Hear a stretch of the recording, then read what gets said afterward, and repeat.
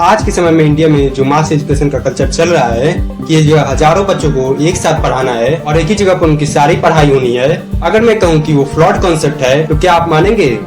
माने या न माने, ये है तो है। आपको क्या लगता है कि एक जगह पे हजारों बच्चों को एक साथ पढ़ाकर उन्हें सब कुछ सिखा देना, उन्हें जीवन में कामयाब बना देना, ये पॉसिबल है? आपको लगता है?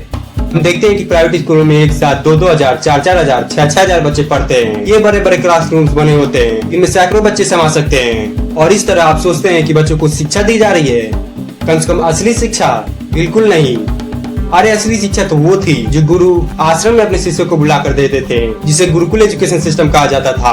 आपने कभी नहीं देखा होगा ऐसे किसी भी गुरुकुल एजुकेशन सिस्टम के इमेज में कि वहाँ हजारों बच्चे या सैकड़ों बच्चे भी एक साथ पढ़ रहे हैं। आप हमेशा वहाँ 10, 20, 30, 40 इतने ही बच्चे आप देखेंगे एक साथ, उससे ज्यादा नहीं। क्योंकि वैसा हो ही नहीं सकता। अगर एक साथ हजारों बच्चों को ले लिया जाए और उन्हें पढ़ाने की कोशिश किया जाए तो वैसा असली एजुकेशन सिस्टम में पॉसिबल नहीं है। आप कितनी भी कोशिश कर ले, आप एक साथ हजारों बच्चों को एक साथ नहीं पढ़ा सकते। उन्हें अपना जीवन जीने के लिए जो जो चीजें सीखनी पड़ती हैं, खुश रहने के लिए जो जो चीजें जाननी पड़ती हैं, वो इस तरह से सीखा नहीं जा सकता एक साथ हजारों की संख्या में। और इसीलिए आप देखते हैं जो जो महान एजुकेशन सिस्टम्स हैं इंस्टेंट इंडिया में, जैसे कि गुरुकुल या और भी दूसरे एजुकेशन सिस्टम्स, आप और कभी नहीं पाएंगे कि एक साथ हजारों बच्चों को पढ़ाया जा रहा है, उन्हें एक साथ शिक्षा दी जा रही है। और कहीं न कहीं इसी वजह से वो एजुकेशन सिस्टम्स इतने इफेक्टिव रहे हैं as compare to modern India के एजुकेशन सिस्टम्स। और इसीलिए आप देखते हैं कि मास लेवल के एजुकेशन सिस्टम्स नहीं रह गए हैं, एक धंधे का कैटेगरी बन गए हैं। आपको क्या लगता है कि ये स्कूल वाले हजारों बच्चों को एक साथ क्यों रखते हैं और तो और बच्चों की संख्या और बढ़ाने की कोशिश क्यों करते रहते हैं? ताकि और ज्यादा पैसा बने, और ज्यादा फीस आए, उनकी इनकम बढ़े। बच्चों के एजुकेशन से थोड़ी लेना देना है उनको। और सिलेबस भी ऐसा ही बनाया गया है कि हजारों बच्चे एक साथ पढ़ सके आसानी से, भले ही वो इफेक्टिव ना हो, कभी काम ना आता हो, लेकिन बनाया इसी हिसाब से गया है कि एक साथ हजारों बच्चों को एक साथ पढ़ाया जा सके और उन्हें एक भ्रम बना रहे कि हम तो शिक्षा ले रहे हैं, जीवन में आगे बढ़ रहे हैं, कुछ सीख रहे हैं, जबकि जीवन में ऐसा कुछ नहीं होता। जीवन की असली शिक्षा, असली चीजें आप हमेशा स्कूल के बाहर ही सीखते हैं, यहाँ तक कि वो भी टेक्निकली स्कूल में सिखाई जानी चाहिए। आप पिछले 50 सालों में जितने भी ऐसे लोगों के नाम सुनते होंगे जिन्होंने जीवन में कुछ बड़ा किया है, कुछ करके दिखाया है, आप हमेशा पाएंगे इन्होंने जो जो भी सीखा वो स्कूल के बाहर ही सीखा, जो जो भी स्किल्स डेवलप की वो स्कूल के बाहर ही की। कईयों ने तो स्कूल छोड़ ही दिया पूरी तरह से। तो ये मास एजुकेशन एकदम फ्लॉड कॉन्सेप्ट है, क्योंकि हर एक इंसान को एक बहुत ही कस्टमाइजेबल एजुकेशन की जरूरत पड़ती है जो उसके स्किल सेट और कमियों को एक साथ टैकल कर सके, उससे जीवन में आगे बढ़ने में मदद कर सके। लेकिन एजुकेशन सिस्टम बिल्कुल भी ऐसा नहीं है, इसमें कस्टमाइजेबिलिटी की थोड़ी सी भी संभावना नहीं है। आपको ऐसा कभी नहीं मिलेगा कि कोई भी एजुकेशन एक बच्चे के नीड्स को ध्यान में रखते हुए उसे दिया जा रहा है या उसके हॉबीज या इंटरेस्ट के बेसिस पर दिया जा रहा है। क्यों? क्योंकि वैसा हो ही नहीं सकता इस मास एजुकेशन सिस्टम में। गुरुकुल में आप देखते हैं कि वहाँ 30-40 बच्चे ही होते हैं और इसीलिए वहाँ शिक्षा हर एक इंसान के स्किल सेट और कमियों को ध्यान में रखकर दी जाती है।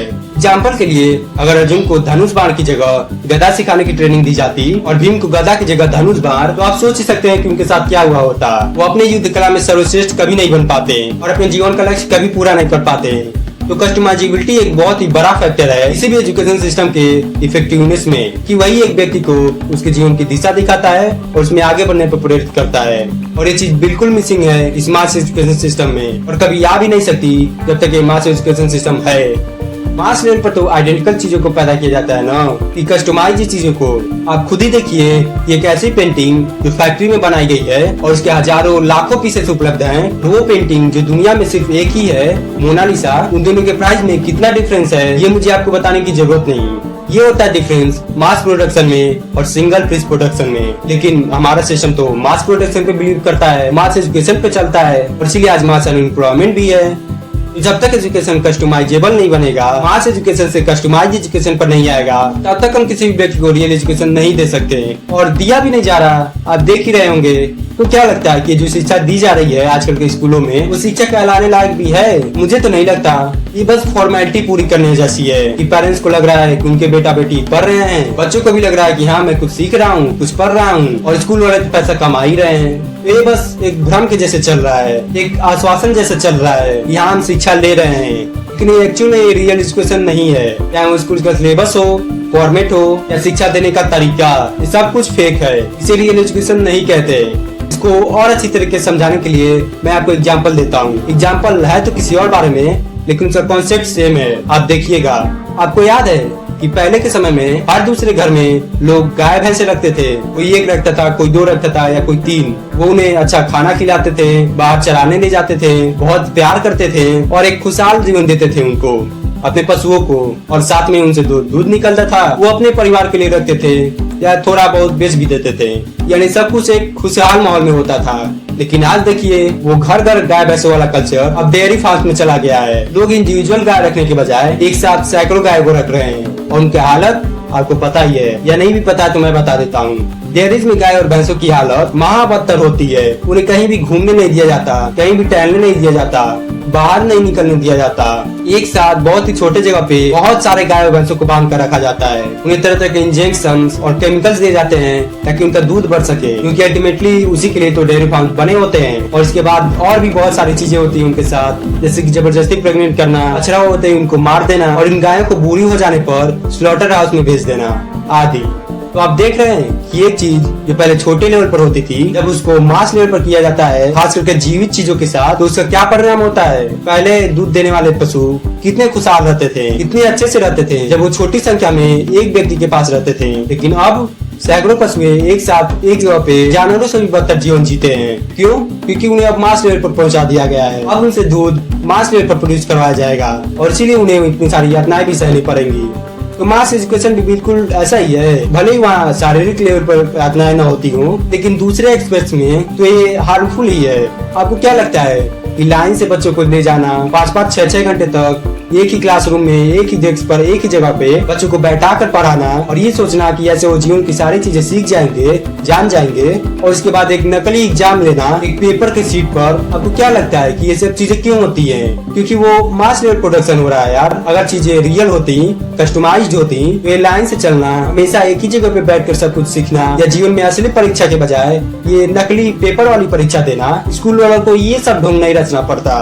और इसीलिए मास एजुकेशन का कॉन्सेप्ट फ्लॉड है और एक कस्टमाइजेबल एजुकेशन को लाना बहुत जरूरी है, क्योंकि उसी से बच्चों को रियल शिक्षा मिल पाएगी। और ये मास एजुकेशन सिर्फ स्कूल तक ही सीमित नहीं है, कॉलेज में भी और आजकल कोचिंग इंडस्ट्री में भी ये सबसे मेन चीज बन गया है। ज्यादा से ज्यादा बच्चे हमारे पास आए ताकि हमारी रेवेन्यू बढ़े, इनकम बढ़े। वैसे कॉलेज के बारे में तो मुझे ज्यादा पता नहीं, लेकिन कोचिंग इंडस्ट्री का पता है, बहुत अच्छे से पता है। लोगों को अच्छे से पता होता है कि 99% लोगों का नहीं होने वाला। कोई भी सरकारी नौकरी हो, कोई भी बड़े एजुकेशन इंस्टीट्यूशन की तैयारी हो, या कोई भी जॉब की तैयारी हो, जो बच्चों को पढ़ा रहा है उसे अच्छे से पता है कि 99% बच्चों का नहीं होगा। लेकिन फिर भी वो ज्यादा बच्चों को लाना चाहता है। क्यों? क्योंकि उसे फीस चाहिए, अपनी इनकम बढ़ानी है उसको। अगर वहाँ भी एजुकेशन रियल होती, ऐसा कोई भी व्यक्ति नहीं बचता जो अंत में अनएम्प्लॉयड हो। अनएम्प्लॉयड तो छोड़ो, ऐसा भी कोई व्यक्ति नहीं बचता जिसे अपनी मन पसंद और जो जॉब उसे करनी चाहिए वो उसको न मिली हो। ये होता है रियल एजुकेशन। एक भी व्यक्ति अपने जीवन में नाकामयाब न हो, लेकिन एक कोचिंग इंडस्ट्री में ऐसा कभी नहीं हो सकता, क्योंकि वो भी फ्रॉड कंसेप्ट पर ही चल रहा है, मास एजुकेशन पर। तो जब तक ये एजुकेशन के आगे मास वर्ड लगा होगा, तब तक हम बेरोजगारी देखेंगे, बच्चों की सफरिंग्स ही देखेंगे, समाज में गरीबी ही देखेंगे और बेसमेंट में एक्सपीरियंस को मरते हुए देखेंगे। तो इस वीडियो का कंक्लूजन यही है कि मास एजुकेशन बिल्कुल फ्लॉड कंसेप्ट है। अगर आपको जीवन में कुछ बड़ा करना है या अलग करना है, तो उसके लिए जो जो भी चीजें सीखनी पड़ेंगी, आपको जो जो चीजें जाननी पड़ेंगी, वो इस एजुकेशन सिस्टम पे आप नहीं जान सकते हैं। या तो आप जीवन भर उन चीजों को नहीं जान पाएंगे, या आप तभी जान पाएंगे जब आप रियल वर्ल्ड में जाएंगे, वहाँ ठोकरें खाएंगे, वहाँ सीखेंगे, वरना इस एजुकेशन सिस्टम पे नहीं। और हाँ, रियल एजुकेशन वो होता है जो पहली बात तो हर एक व्यक्ति के लिए बिल्कुल कस्टमाइज्ड हो। ऐसे दो भी व्यक्ति उसमें न मिले जो ये कहें कि हम दोनों का एजुकेशन सेम है, हम दोनों ने एक ही शिक्षा प्राप्त की है। ऐसे दो भी नहीं होने चाहिए, सिर्फ और सिर्फ एक। तो पहली बात तो एजुकेशन हर एक व्यक्ति के लिए कस्टमाइज्ड होनी चाहिए, और दूसरा वो हर एक व्यक्ति को सक्सेसफुल बना सके अपने जीवन में। ऐसा एक भी व्यक्ति न बचे जिससे अपने जीवन में लगे कि मैं कामयाब नहीं हुआ हूँ, अभी कामयाब होना बाकी है, या मैं तो फेल हो गया।